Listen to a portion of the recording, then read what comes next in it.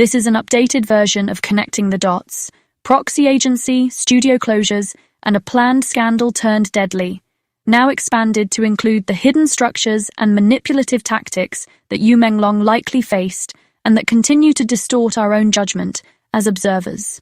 If you've seen the earlier version and are short on time, you can skip ahead, but I strongly recommend watching this full update. Beyond revisiting Yu's agency change and the shutdown of his 2 studios, this version offers a wider and more detailed view of the chain of events and the underlying mechanism that shaped them. Disclaimer: this analysis is based on publicly observable events, documented timelines, industry practices, and logical inference. It does not claim access to classified information, nor does it assert definitive conclusions regarding any individual's legal responsibility. Its purpose is to highlight inconsistencies, overlooked details, and structural patterns that merit public scrutiny. All interpretations should be understood as analytical commentary, not formal accusations. Critical discussion is welcome. For years, Yu Menglong appeared to the public as a polite, uncontroversial actor with a gentle demeanor and a quiet career.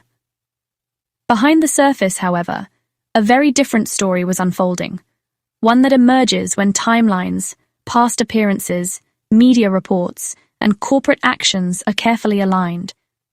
Viewed in sequence, the events of his final years reveal a chilling pattern: a career deliberately wound down, resources systematically stripped away, and a man increasingly isolated until his disappearance and death in September 2025.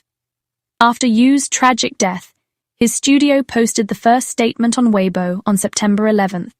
Netizens quickly noticed that the post lacked an official company seal. Upon closer inspection, it emerged that both of Yu's studios had already been dissolved.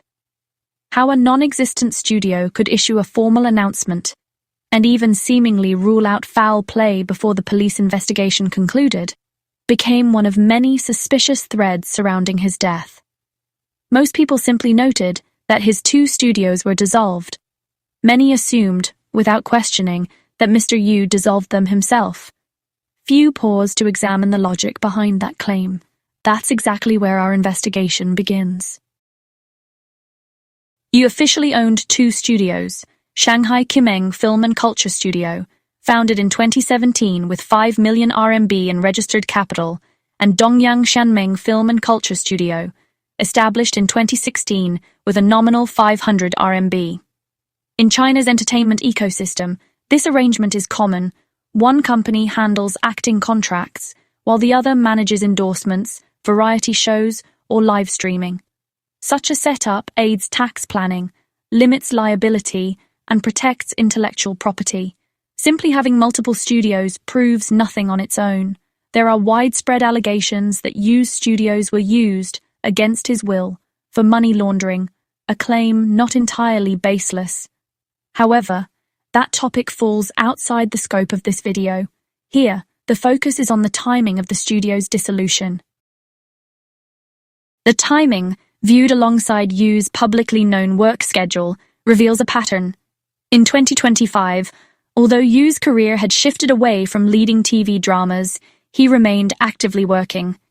He appeared at the Dragon Boat Festival Gala in May, filmed Chang Yexing from June to August, and had a scheduled TV program taping on September 12th, the day after his death. Shanghai Kimeng quietly ceased operations in November 2024, likely after major contracts were fulfilled or terminated, precisely the kind of closure that signals the end of substantive corporate activity. Dongyang Shanmeng remained active a few months longer to handle residual filings, then dissolved in July 2025. On paper, this resembles a planned wind-down, but the critical question is, planned by whom? Generally, changing agencies does not require dissolving all studios under an artist's name. A retirement or permanent withdrawal would be a more plausible reason, but no such announcement was ever made. Even a hiatus would not necessitate dissolving both studios. This strongly suggests the closures were orchestrated externally rather than voluntarily. The more logical conclusion, the studios were dissolved not by Yu himself, but by the power structure controlling him, EE Media. Their likely objective was to terminate his career through scandal or a smear campaign after he refused to renew his contract. This interpretation is further supported by Yu's behavior and physical condition in public appearances, documented by fans, a topic we will explore in the next section. Who is EE Media? In 2013, Yu signed his first management contract with EE Media. EE Media is China's only state-owned artist management company. Affiliated with Mango Excellent Media and operating under the Hunan Broadcasting System, it serves as a key platform for the company's new media ventures and capital operations. Despite, or perhaps because of, its state-owned label, EE Media has long had a poor reputation within the entertainment industry. Fans' concerns from that time are still visible on Weibo. Signing with EE Media was widely regarded as bad news. The reasons were well known within industry circles. The contract, drafted entirely by the company, left young artists, especially those emerging from talent competitions like Yu, with no room to negotiate. EE Media controlled his assignments, his schedule, and his public image. Legal technicalities mattered little compared with the practical reality. The agency wielded total power. Artists under EE Media have virtually no autonomy. Their career trajectories are entirely dictated by the company's arrangements. Attempting to terminate a contract before its expiration carries exorbitant penalties, often hundreds of times what the artist has earned. Many young performers, realizing the trap too late, try to end their contracts as soon as possible, even before earning a significant income. But even then, they are often required to pay penalties reportedly exceeding 500,000 RMB. According to a well-known TV host, a substantial portion of EE Media's annual profits comes from these contract penalties. Under the CCP, where the rule of law is effectively absent, an artist challenging EE Media over predatory contract terms is very likely to lose, a pattern confirmed by multiple cases. Zhang Liangying, the third-place winner of the 2005 Supergirls singing competition, appears to be a rare exception. Yu Menglong's career appears to have been constrained by EE Media. As early as 2018, he unfollowed the company on Weibo, a gesture that seemed to signal a breakdown in their relationship, though tensions may have existed long before. In interviews, Yu expressed frustration that the company repeatedly ignored his requests for long-term career planning, lamenting the loss of trust. Many speculated that his contract with EE Media had expired in 2018, but this proved not to be the case. Over time, and with limited disclosure from the company, these rumors gradually subsided. When his contract ended in 2021, Yu reportedly signed with a different agency after disputes over renewal. Some online observers celebrated this as Yu regaining independence. Yet in hindsight, the underlying power dynamics remained almost entirely unchanged.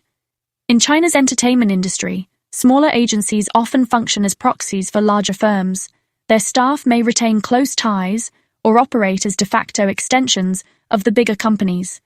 Yu's assistants, managers, and coordinators stayed connected to EE Media, ensuring that the same system continued dictating his work and public image. On paper, the move suggested independence. In practice, the power behind the scenes likely remained the same, and Yu's situation only deteriorated. Online sources indicate that Yu was emotionally low at the end of 2021, and his subsequent work schedule reveals a sharp decline in resources after 2022, likely a consequence of the contract renewal dispute. What many perceived as his successful departure may, in fact, have marked the beginning of a career downturn, serving as a deliberate smokescreen by the agency to conceal continued control and intensifying pressure. In this light, the move appears to have been strategic. Yu's refusal to renew his contract, seen as defiance, provided EE Media an opportunity to publicly distance itself while quietly retaining control through proxy entities and simultaneously punish him. This likely marked the beginning of a coordinated effort toward a soft ban from the industry, coupled with measures designed to subdue Yu. Should he continue to resist, harsher actions could be taken through proxies, both mentally and physically. We do not know precisely how EE Media orchestrated Yu's signing with a proxy company after 2021, given that his original contract was for 8 years. It is likely, however, that the initial contract included clauses or traps that allowed the agency to maintain control even after the formal term ended, effectively dictating his career through proxies while giving the appearance of independence. The record supports this. After 2021, Yu's career shifted sharply, from leading roles in television dramas to secondary or minor parts in online productions, punctuated by occasional gala appearances. His sole leading role was in 2024's A Love Story of Oiled Paper Umbrella. Yet the drama itself, its plot, atmosphere, and framing, carried a deliberately constructed sense of fatalism, almost as if designed to reflect Yu's psychological state and suffering. Rumors even circulated that he was physically assaulted during filming breaks. The investor behind the project was Shin Chi, a figure who either wields real power within or maintains close operational ties to EE Media, all while remaining deliberately obscure to the public. His true identity is hidden, and he was likely the big boss whose anger was sparked when Yu refused to submit to his personal authority and advances. We will examine him in detail in a separate video, including his likely intention in having Yu star in this drama, which appears to have been part of a broader tactic of manipulation. After Du Chang became Yu's assistant, likely in 2022 as part of the agency change, Yu's public appearances changed drastically. He displayed visible injuries, rapid weight loss, and a subdued, constrained demeanor. The dynamics between him and Du Chang suggest that Du functioned more as a handler than assistant. His constant presence and physical proximity clearly unnerved Yu, leaving him under unrelenting supervision. Within this context, the dissolution of Yu's studios does not look like a voluntary professional adjustment, but an imposed, administrative maneuver, a tactic designed to choke off resources, restrict visibility, and force him toward a soft disappearance as punishment for defiance, one that later escalated into a hard disappearance. In this industry, a second-term contract for an established artist is usually a 3-year term, meaning renewal discussions would fall in 2025. All signs point to Yu rejecting it again. By the summer of 2025, Yu's life had already been pushed to the margins. One gala, one drama, one scheduled TV appearance. His weight had fallen to a dangerous level, and in his final public appearance on August 13th, returning to Beijing from Shanghai with Du Chang, likely after filming his last drama, Chang Ye-xing, in Hengdian as a guest actor, he looked extremely thin, fragile, and unmistakably broken. He avoided fans' eyes, trying to hide his tears. Only after entering the car did he turn back and wave, a long, deliberate gesture from someone who may have sensed he would not return. By then, both studios were gone. Yu had no legal protection, no operational entity, no contractual leverage. Only the people controlling him remained, the same individuals who shut down his studios, restricted his work, and later insisted they knew very little about him. On August 3rd, 2025, 10 days before Yu's final public appearance, Gao Taiyu, an alleged perpetrator and fellow actor, posted a Douyin video casually opening a car trunk and tagging it, "Transport in car trunk." After Yu's death, viral CCTV footage suggested that on September 9th, Yu was very likely moved in precisely this way, transported to the Sunshine Upper East complex after being held elsewhere. On August 9th, 2025, Yu Menglong's official fan club, in reality controlled by EE Media, announced that it would no longer accept letters or gifts offline, claiming it was to maintain public order and protect fans' safety. His real fan club had been forcibly dissolved by EE Media in 2018, triggering a wave of public criticism toward him at the time. Both events share one purpose: isolating him and severing his connection to his supporters. Taken together, all signs point toward premeditation. More disturbingly, they suggest the plan was prepared long in advance, and that its contours may have been hinted at or even shown to Yu himself, as part of a final effort to break his will before the crime was carried out. Even when they operated behind layers of cover, the truth can emerge when the signals align. Corporate shutdowns, shrinking schedules, cryptic posts, evasive statements, visible injuries, and the unmistakable menace of a constant handler. Yu was not retreating from life. He was being systematically cornered within it.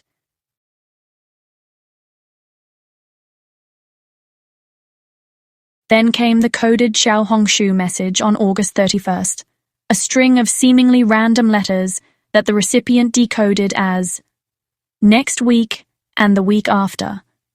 Catch and discipline this kid from eternal love. We'll look for the organizer before catching him, then deal with him." The timing aligned precisely with the period of Yu's assault and death. In entertainment circles, coded posts like this are commonly used to alert paparazzi without leaving a direct trail. Paparazzi indeed appeared at the indicated location, likely after a few more similar exchanges. Some may ask why the perpetrators wanted paparazzi on the scene. The most coherent explanation is that the original plan was to manufacture a scandal, to capture footage of Yu being drugged and sexually assaulted, then weaponize the images to destroy his reputation. In China, any artist linked to drug use, regardless of context, is almost automatically blacklisted for life. Dozens of precedents show exactly how this script unfolds, but something changed. At some point, the situation escalated beyond the perpetrator's control. Whether Yu resisted, possessed evidence, or simply knew too much, his continued survival became a liability. What began as an attempt to destroy his public image turned into an attempt to erase him altogether. And we cannot rule out the darkest possibility, that killing him was always part of the plan, and that the orchestrated presence of paparazzi was meant to broadcast a warning to the entire industry: submit or disappear. What we do know is this: every observable sign points to an attempt to harm and sabotage him. The studios dissolved, the warnings became tangible, the paparazzi were summoned.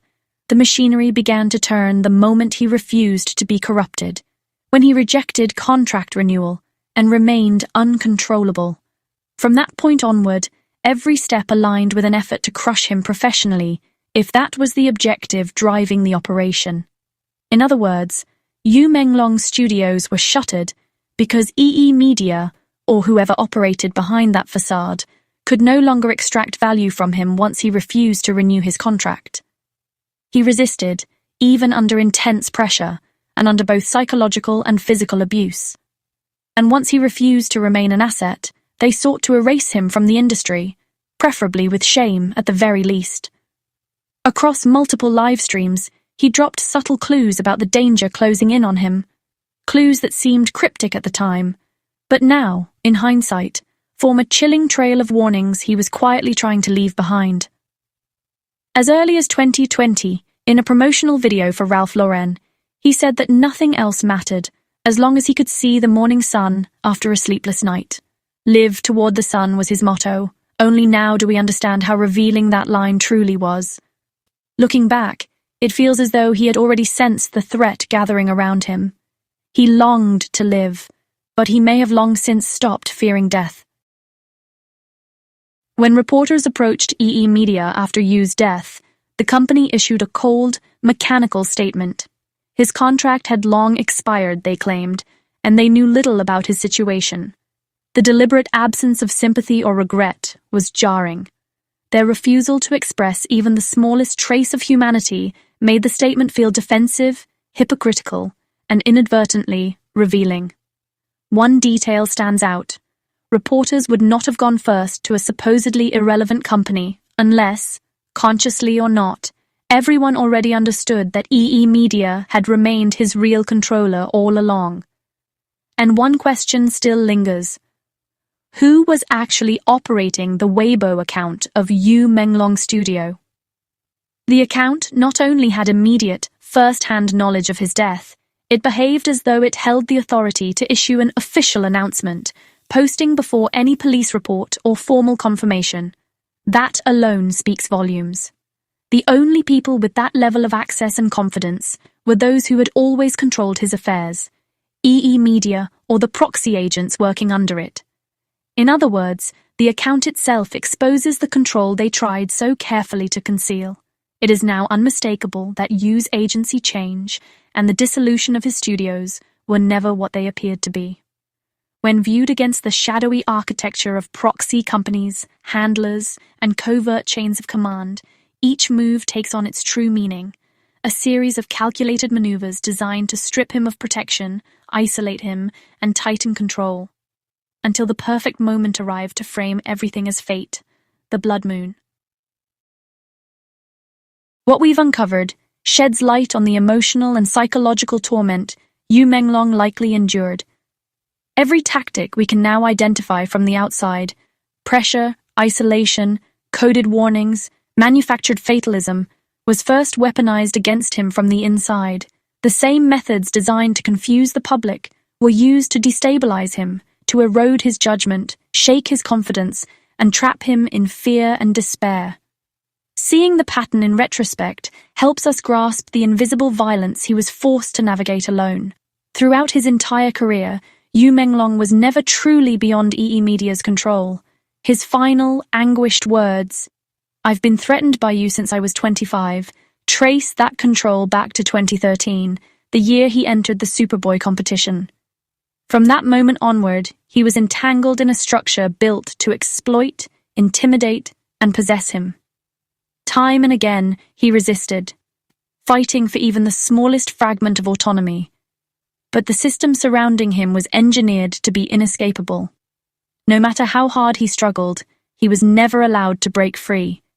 And yet, despite relentless coercion, he never surrendered. He refused to comply willingly, even under sustained psychological torment and physical abuse. Fragile and delicate as he may have seemed, he carried a strength few ever recognized. Alone, he stood against a machinery designed to corrupt or crush him, and he did not bend. And in that solitary, stubborn defiance, he was, in the truest sense, a hero. It's remarkable how the loss of someone I had never even heard of can feel so heavy. Yu's story resonates not simply because of who he was, but because it lays bare the cruelty, control, and quiet brutality that so many endure under a totalitarian system. His life and struggle, though distant from mine, speak to something universal. Our capacity for empathy, our instinctive outrage at injustice, and our awareness of how fragile human dignity becomes when power is unchecked. Even as a stranger, he leaves behind a weight, a question, and a lingering ache. His courage, his suffering, and the truth revealed through his fate continue to echo far beyond the life he was allowed to live. At the same time, tracing the power dynamics and institutional logic behind his ordeal reveals a chilling mechanism. The shadowy figures behind the Yu Menglong case are not isolated villains. They are nodes in a system. Their tactics extend far beyond a single tragedy, spreading rumors, igniting anger, and clouding judgment. Through information asymmetry and plausible deniability, they can push entire communities into rabbit holes, diverting attention from the truth while keeping their own hands clean. Yu's story reminds us that such systems are not abstract. They touch real lives, often in ways invisible to the public. Understanding the structures, strategies, and subtle manipulations at play is the first step toward recognizing them and refusing to be complicit. His struggle is a stark call to awareness, empathy, and the courage to confront the mechanisms of control whenever they appear.